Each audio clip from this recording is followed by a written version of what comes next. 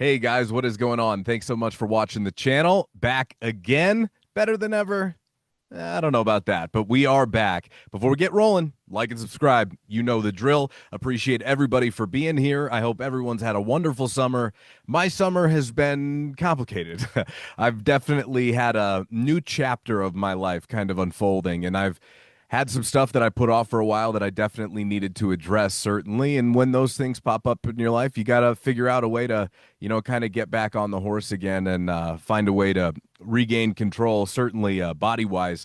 Got a bunch of stuff I've had to figure out and not going to get too into it, but just some surgeries that I'm considering and mulling over. I live with a lot of pain, so just trying to find a good way to manage that and make sure that I don't end up 40 years old and in chronic pain. That's really kind of how my summer has gone. And while I've been dealing with a lot of that stuff, I needed to take a break a little bit from my own channel while I kind of thought about how I want to do things moving forward. So, and all of a sudden, it's almost August. Here we are.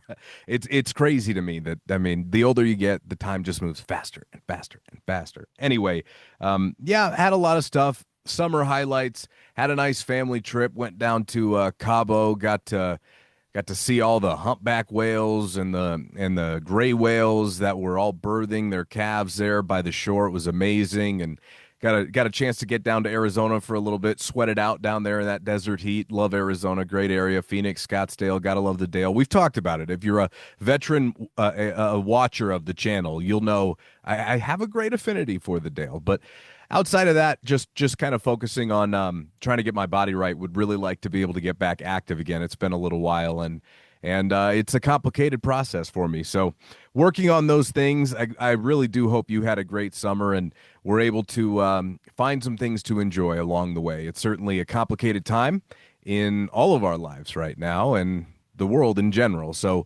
glad to be here and starting to get back to some normalcy and talking about football again, which is exciting after what was the shortest offseason for Colorado in quite some time, really, when we talk about bowl games, right? I mean, season ends damn near first of the year, and I mean, the last time the season ended that late was, I guess, the COVID season. I don't even remember what exact date that was, but before then, it had been 2016. So I think everybody was glad to have a short one. Certainly that means that the last one was pretty successful. And I've had a lot of time to reflect on last year and just what it meant to the program. And, a truly incredible 2 year turnaround from Coach Prime and this coaching staff. And when you back up and you take the 30,000-foot view, you just can't say enough about everything that he has done since coming in here.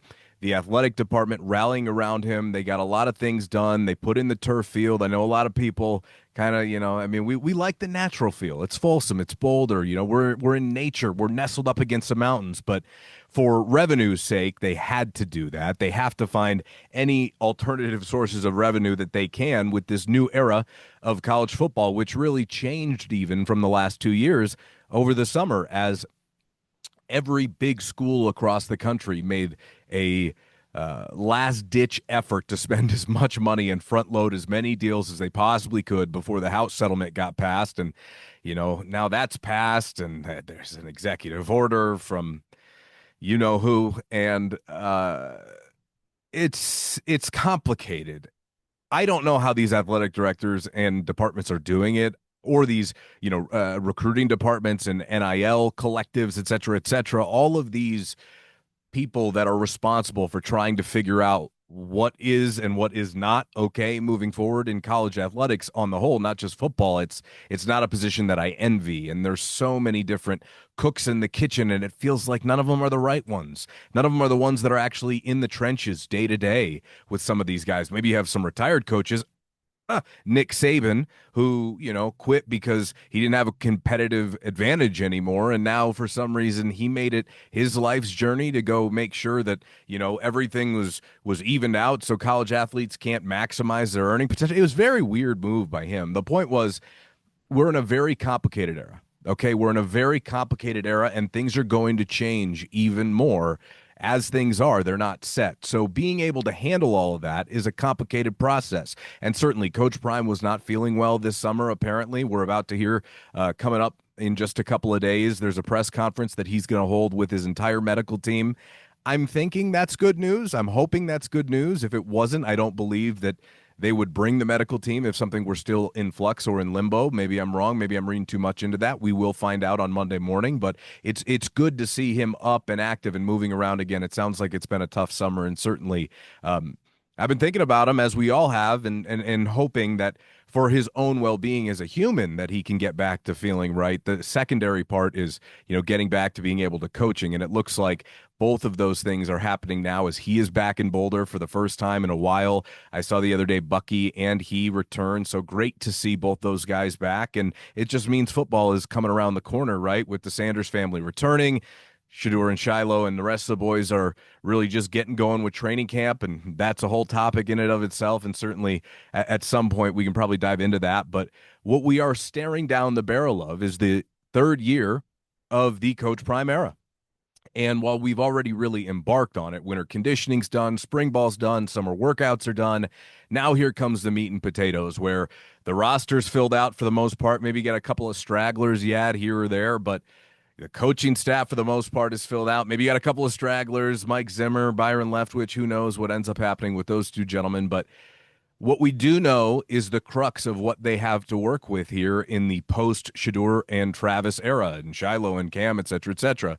But really, in this next chapter of Colorado football, and I remember in spring ball, I'd asked Coach Prime if he felt like it was a new chapter. And he said, no, it's really a continuation of what they've done. And I think in many ways, that is true, but when you've got a team that's replacing most likely, 10 of 11 starters offensively, 12 if you want to add the fourth wide receiver, and then 7 of 11 defensively by my count. Maybe that's 1 or 2 off, but I mean, we're talking about potentially 17 of 22 new starters, 16, 18. That's almost a brand new team when we're talking about guys who are going to be relied upon on a down-to-down basis. So in my opinion, when you have so many key producers move on, it is a new chapter because they will have to play differently. They're going to have to get it a different way this year, and Coach Prime knows that as well. And there are high expectations within the program that they don't really miss a beat. We're going to see if that's the case, but I think they've done a really good job on the whole assembling a group to move forward with. Is it better, as Coach Prime has said before, than the team last year? Look, for me, I think that's pretty simple. That's been a topic of conversation. And this summer, Brian Howell and I did a big podcast kind of really touching on that assertion by Coach Prime, because he said it a couple of times now. They're going to be better than they were last year. I think there's an argument to be made that they're a deeper team. I think there's an argument to be made that they could be a more balanced team. Are they a better team? I don't know. That's something that I have to see play out before I'm willing to make that sort of declaration, because you have to remember, last year's team won 9 games. That's not easy to do. The only time a CU team has won 9 games in the last 2 decades was 2016, 9 or more, and they won 10.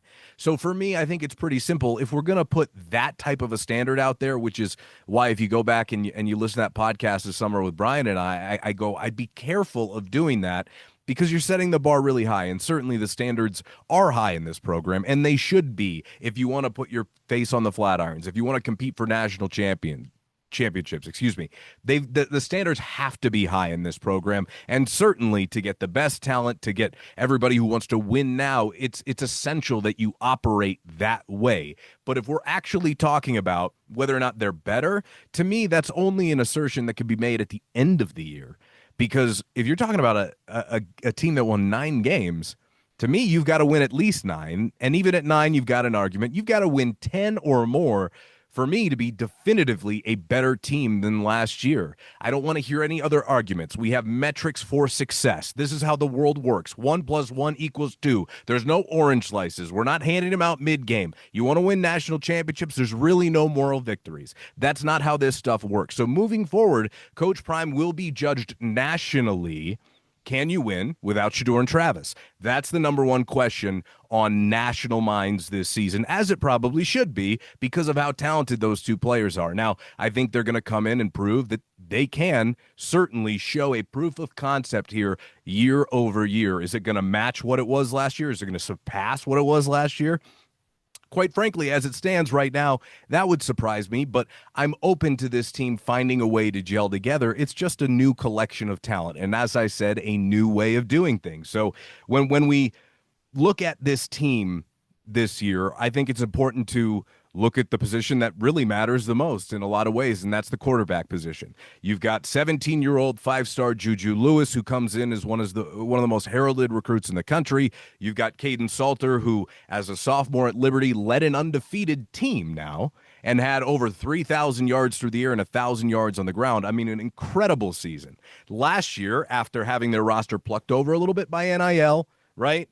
Transfer portal, we know how the story goes. If you're not a Power 4 school or one of these top schools, probably not going to be able to keep a lot of talented guys. That happened. They had a little bit of a drop-off. Caden had to play with, I would say, a less talented roster overall, but there were still very high expectations for Liberty in 2024, and they came up short. So for Caden Salter, and I think the biggest question for this Buffs team right now, can this young man kind of take the mantle that Shedeur created here, because one didn't really exist before. It had been so long. It had really been since 27 Montez, right? And Lou Fau, since Colorado really had a quarterback that was halfway decent, even at a bare minimum. And those guys were pretty good. So it's been a while.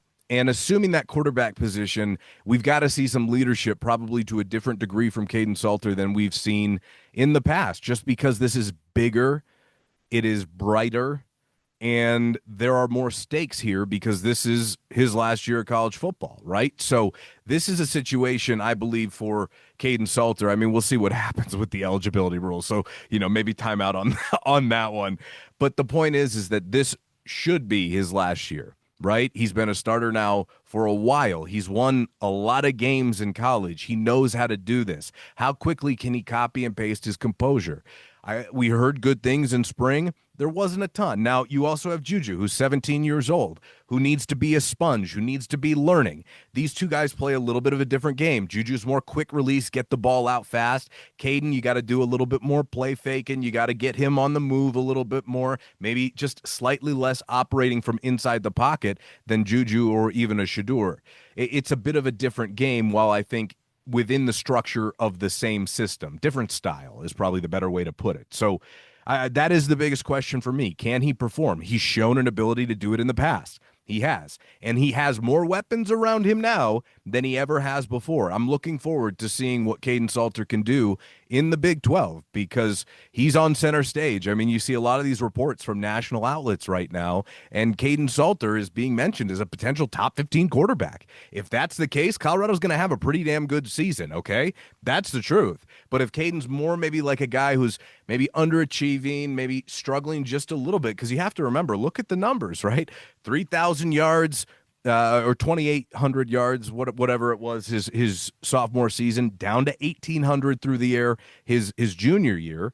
Touchdowns 30 through the air sophomore year, 15 through the air junior year, right? Things really, it like almost dropped in half. And the same thing was with the rushing yards, about 1,000 to 500 and change. The point is the production was significantly less. And if the production mirrors more of what he did in his junior season, I do think Colorado could struggle a little bit this year, because if they're relying so much on their defense to get the other team off the field while their offense kind of figures things out, I think they can do it, because I probably think that that's where their strength is, at least early in the year.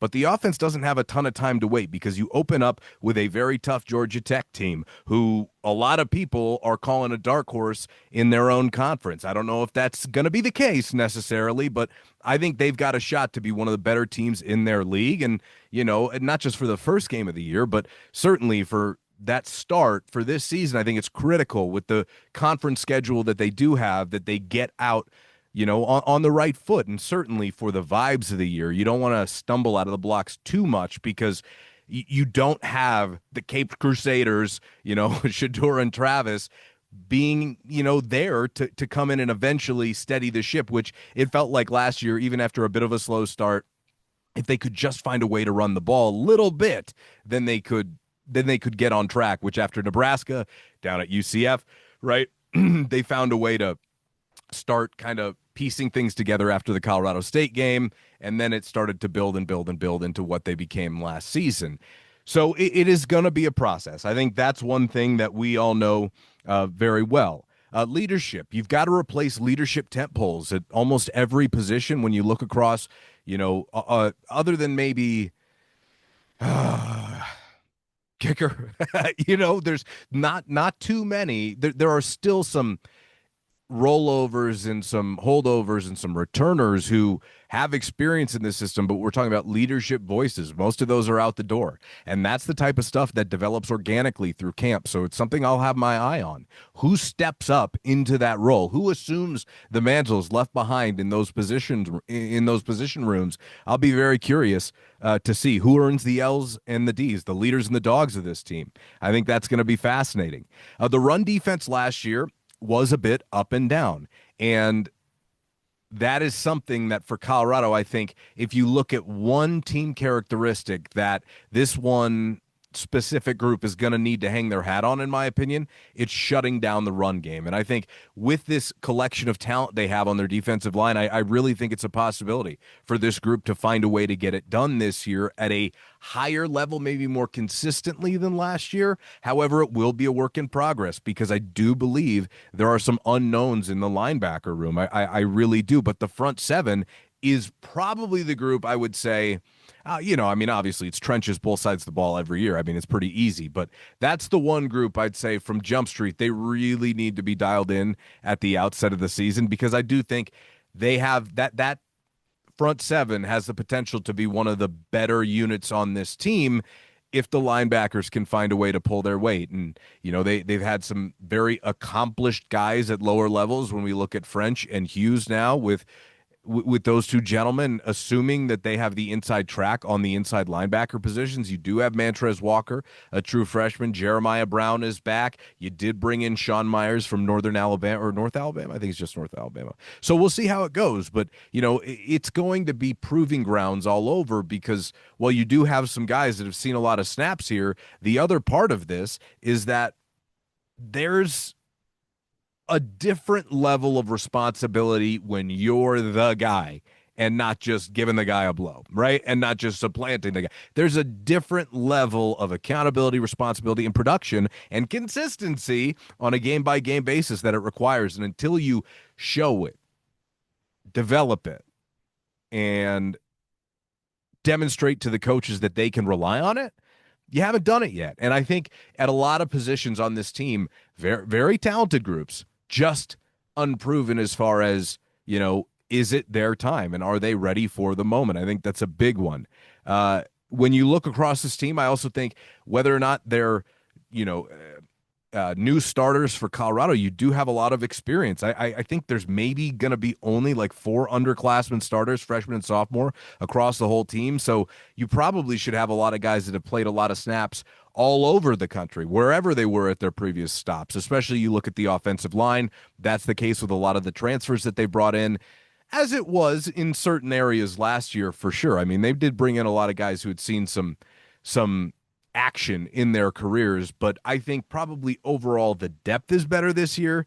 Is the top level as refined and polished, which probably ends up resulting in a better season? I don't know. I don't think so as of yet. That remains to be seen. Okay, that remains to be seen. And a lot more guys I think overall are going to play this year. I think you're going to see rotations at a lot more positions. I think so.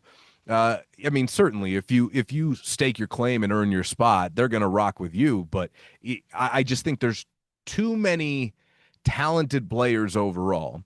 And the truth is, if you look in this current climate of NIL and the transfer portal and what the environment of college football is telling you, that if you have talented players on your roster, but they're not seeing the field, maybe those guys get a little uneasy. Right? Maybe those guys start looking around, sniffing around midway through the year if things haven't broken their way because they have had other options.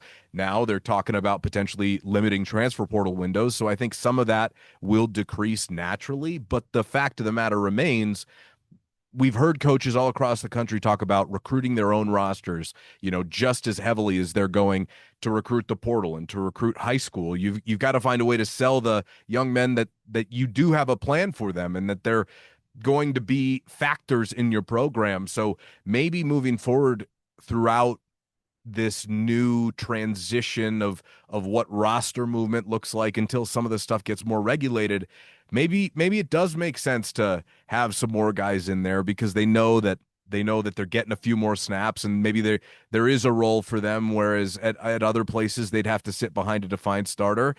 I don't know. Maybe that's the case. Maybe it's not. I think all that stuff plays out in the wash. But what you do have to be cognizant of is I think this team has a lot of talented guys that probably aren't slated to play a lot this year. And how do you keep those guys happy? That is more of a reality in college football than it ever has been before. I think there are schools like Alabama and Ohio State, et cetera, that probably can afford to be a little bit more selective.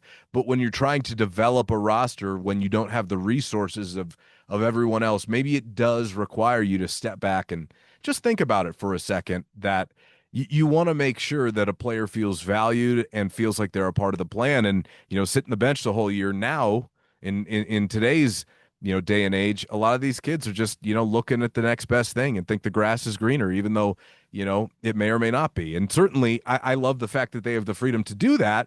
But as a coach, I think it's imperative that you consider that and how involved they are. And Coach Prime, certainly with his Sunday practices where he gives starters a day off and has a lot of these kids kind of jump into the fray that haven't been playing. I think it's if you played, what is it, 75% of the snaps or more, you get the day off. I think that's what it is on Sundays with the day after practices. So he does a good job of mixing everybody in. But when you look across this roster, I mean, defined roles, I'm just telling you, I went through and I tried to find defined roles on this team. The only defined roles that I believe there are on this team, and I'm being serious, you're starting left tackle, potentially you're starting left guard, potentially you're starting right guard,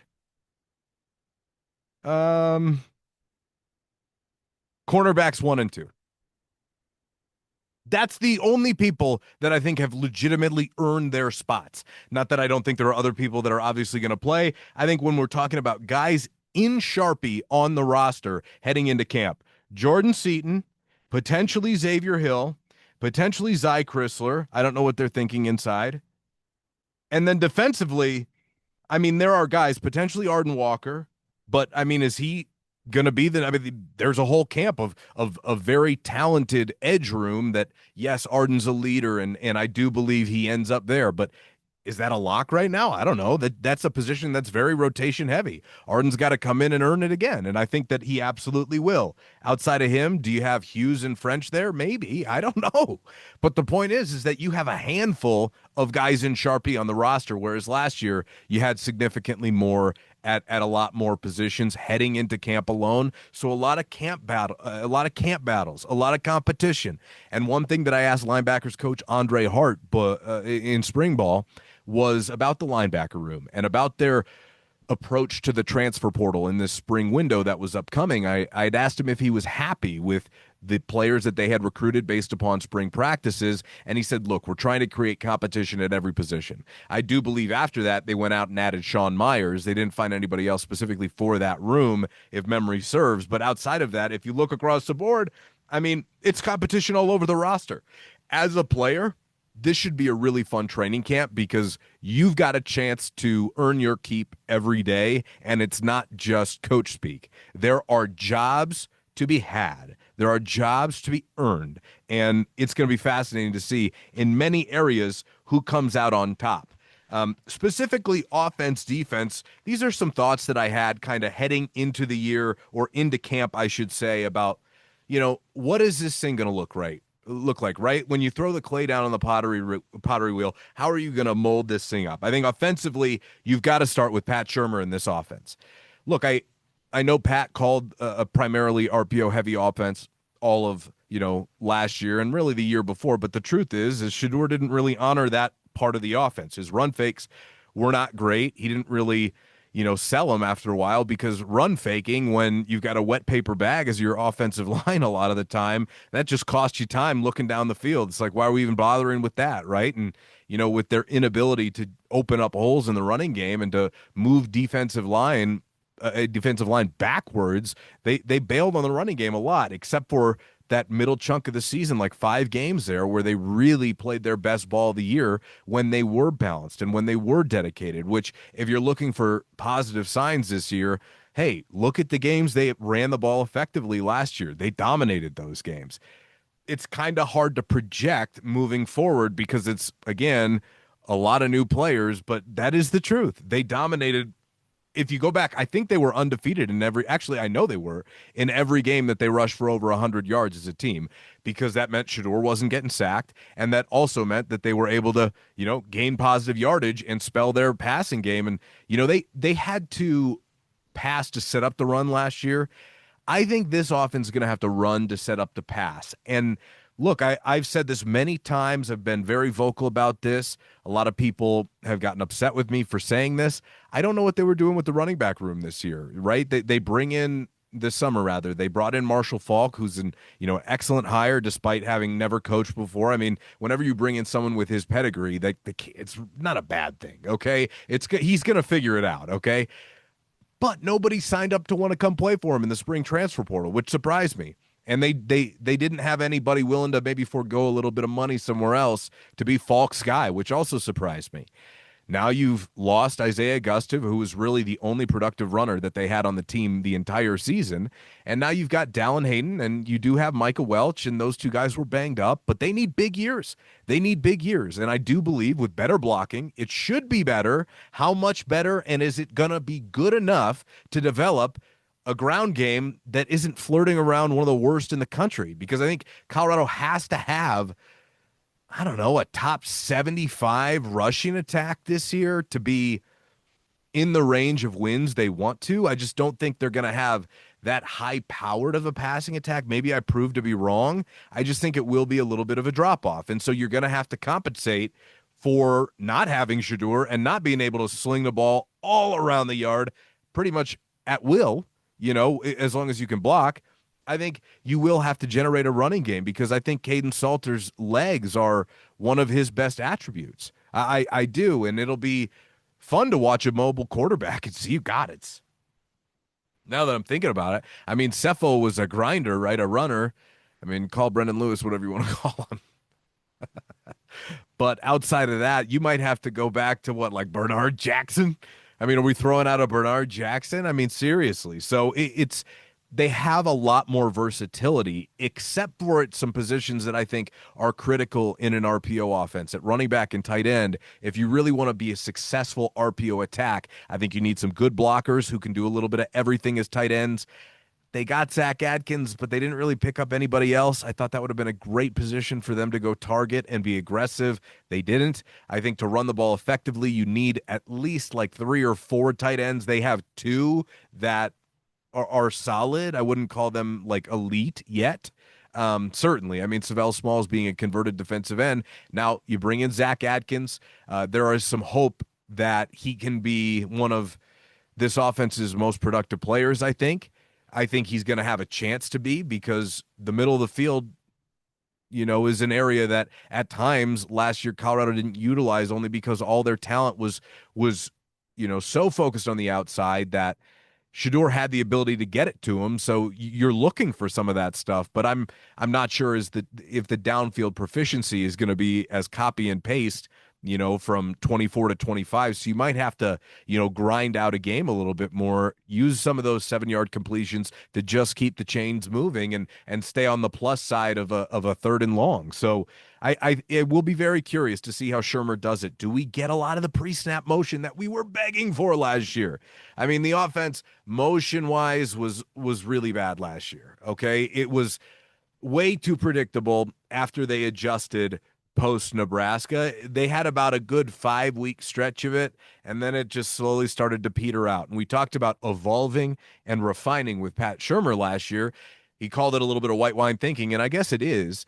But I think you have to evolve and you have to continue refining. I think they evolved and refined like halfway through the year, but beyond that, when the time called for some new wrinkles and a new way to present challenges to defenses, I do think that they fell short a little bit, especially considering some of the weaknesses they had. I didn't know that there was enough of an effort to try and do some things a little bit differently. So I hope Coach Shurmur has taken this summer to really add some fun weapons to his arsenal. And the other part of this is I think he's going to have more control.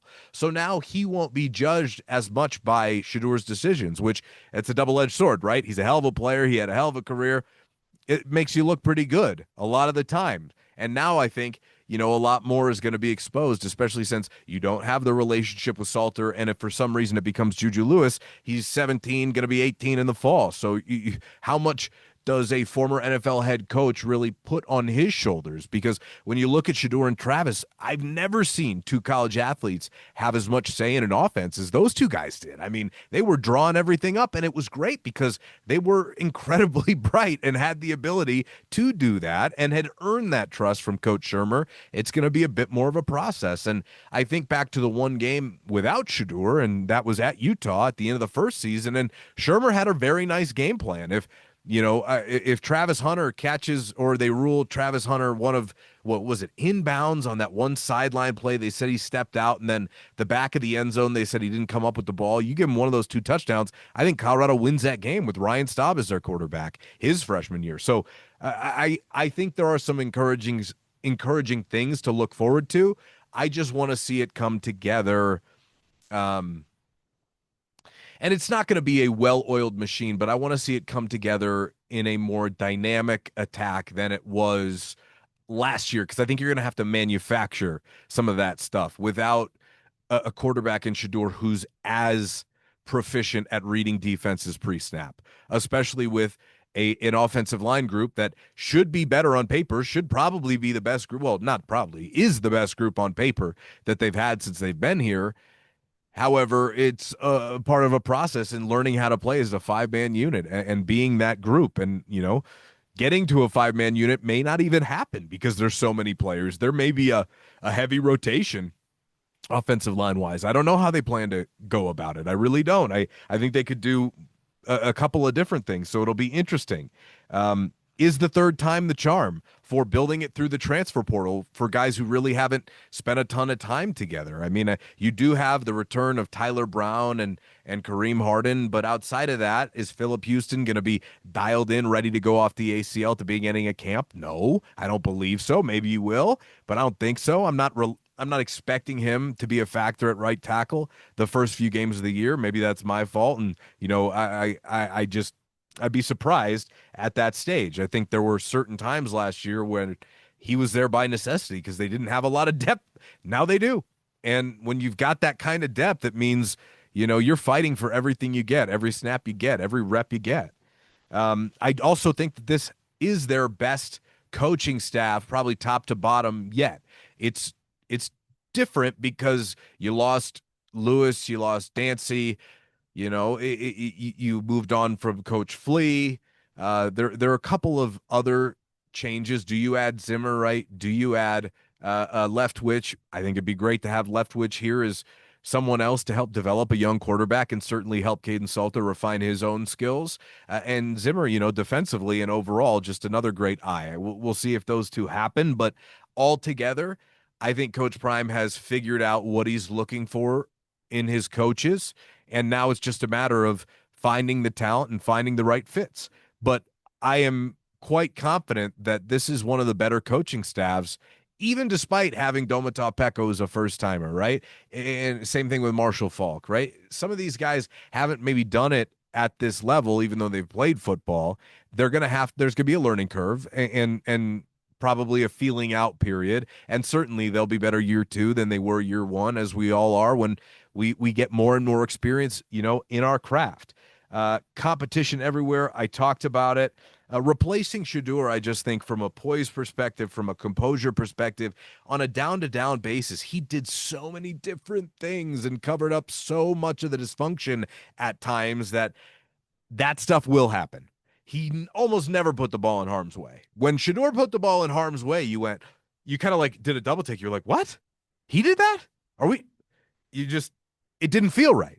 Now, Caden Salter has a good track record of making good decisions with the football as well, but you've got to do it at this level too. When the action is moving faster, guys are bigger, faster, stronger, things got to be a little bit more on the hop, right? And so having somebody who was the FBS career leader in completion percentage in Shedeur, Is Caden Salter going to be over 70%? Shoot, I'd love that. I'd love to see that. I don't know. His highest completion percentage, I believe, in the 60s, and then last year it dropped down even a little bit further than where it was his sophomore year. So just being efficient when you put the ball in the air, being smart when you put the ball in the air.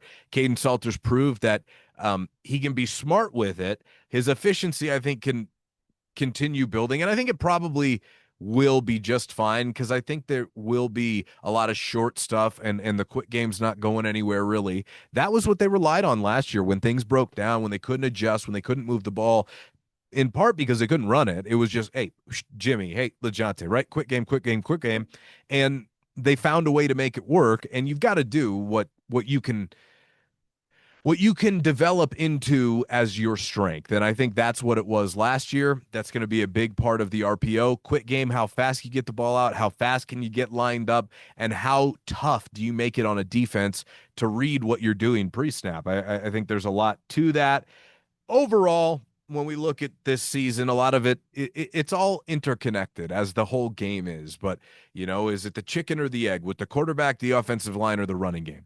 The quarterback just being a bit of an unknown, even though he's a known and has experience in this system with these players, with this level, right? That's how he's the unknown. But it's all, how does it come together and how fast does it come together in symmetry? Because, again, as Coach Gunnar White said in spring ball, this is a team that's going to have to win because of their offensive line. Last year and the year before, I think they won at times in spite of it. I don't think there were a ton of dominant performances.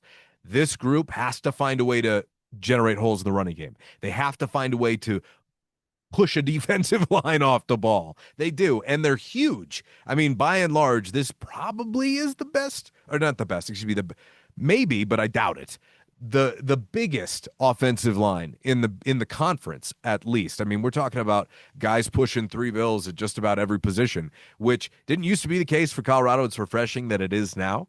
It certainly is. When I look at offense, other questions I have. Long field goals. We've talked about this. Alejandro Mata, right? There were plenty of times last year when it's 4th and long, you're looking at maybe like a 49-yarder, and it's like, well, we don't really have the leg for it.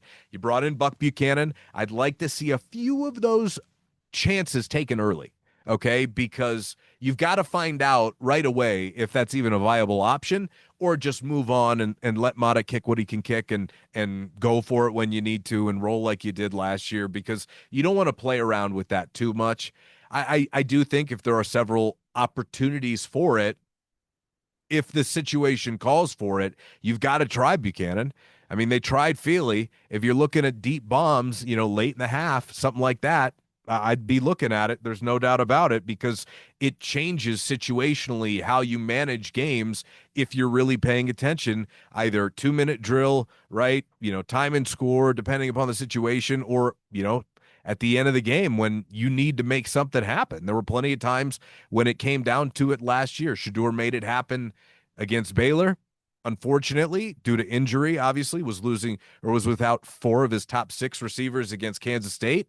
Couldn't get it done against Kansas State, but it was right there, right? So who becomes the go-to guy when the play breaks down? Is it Draylon? Is it Omarion, right? Is it Joseph Williams? Who emerges? Because I think there's a lot of candidates. And certainly we can talk about this roster, but I think it'll be better after the first week or two to really, from my end, dive into the roster piece by piece by piece. If you want to hear a deep roster dive, go to Brian Howe's channel.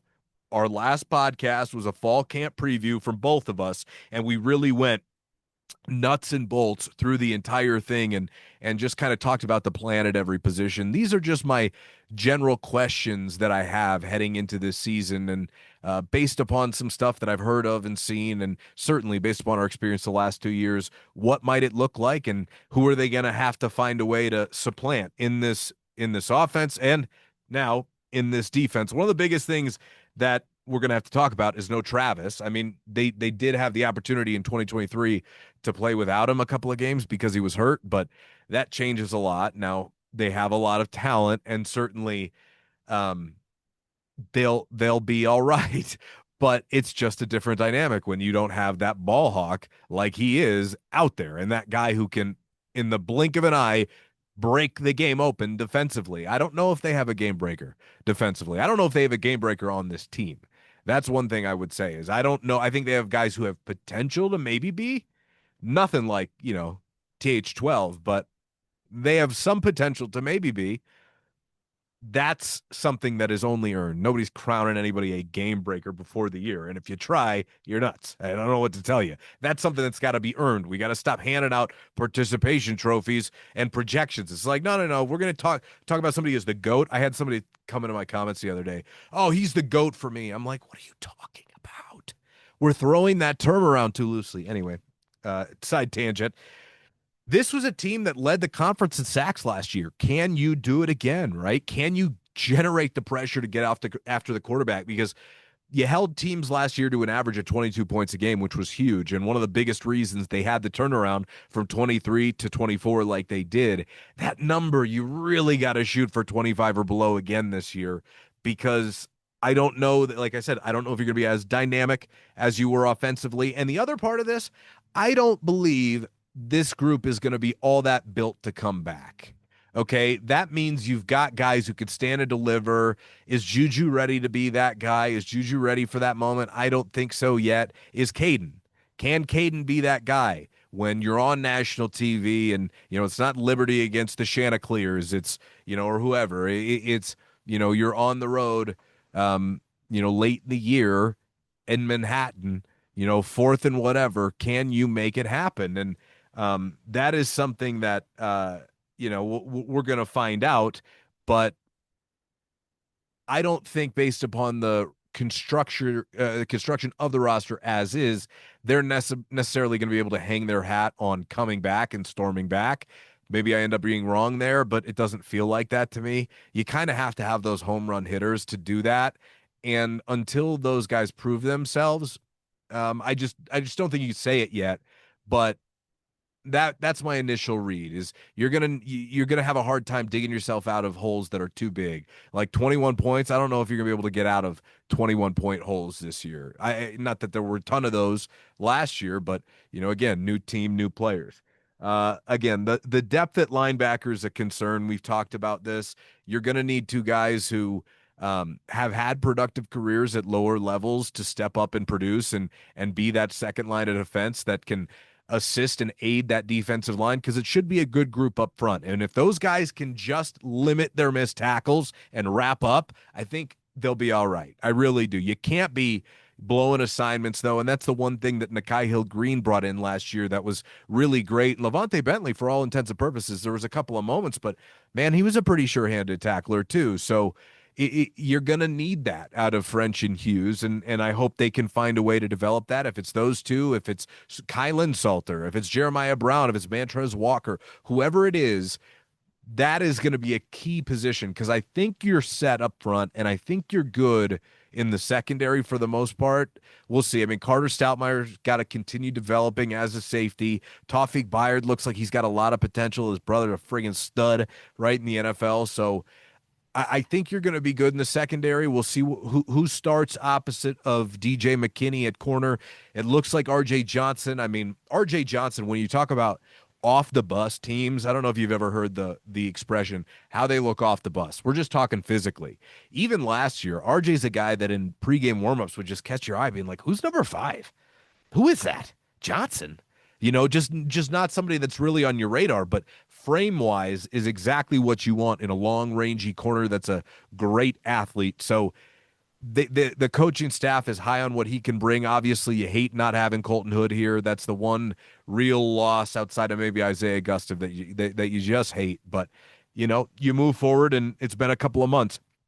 Defensively, replacing Nwankwo and Cokes as those real jammers in the middle. I think there were some times where, again, as I brought up, that run defense was up and down, and, certainly Kansas State hit them hard, Kansas hit them hard, BYU hit them hard. There were a couple of different times last year, Nebraska, that got them pretty good, but can you replace that? And I think Jaheim Otis is going to be a big part of that, right? With Anquin Barnes, 2 former Alabama guys. You talk about Taurine Carter, who was banged up at the beginning of last year, but was actually a starter coming out of that early section of training camp, or at least was listed as such. So I'm looking forward to seeing how that group meshes together because again, I think there's so much at the point of attack defensively this year. That's where I think this group is going to be able to hang their hat if they can develop those guys into that group who's just a down to down basis, some dogs because you got a good rotation there. It's no longer just top heavy units. You've got plenty of options you can try if somebody's not getting the job done, and probably on a week to week basis, it might be a different guy. It just might because they have that type of depth and nobody's really asserted themselves as maybe one of those stars. There's some star potential, Amari McNeil, but can you put it all together? That's a big question. That's kind of the theme for me this year is can you put it all together?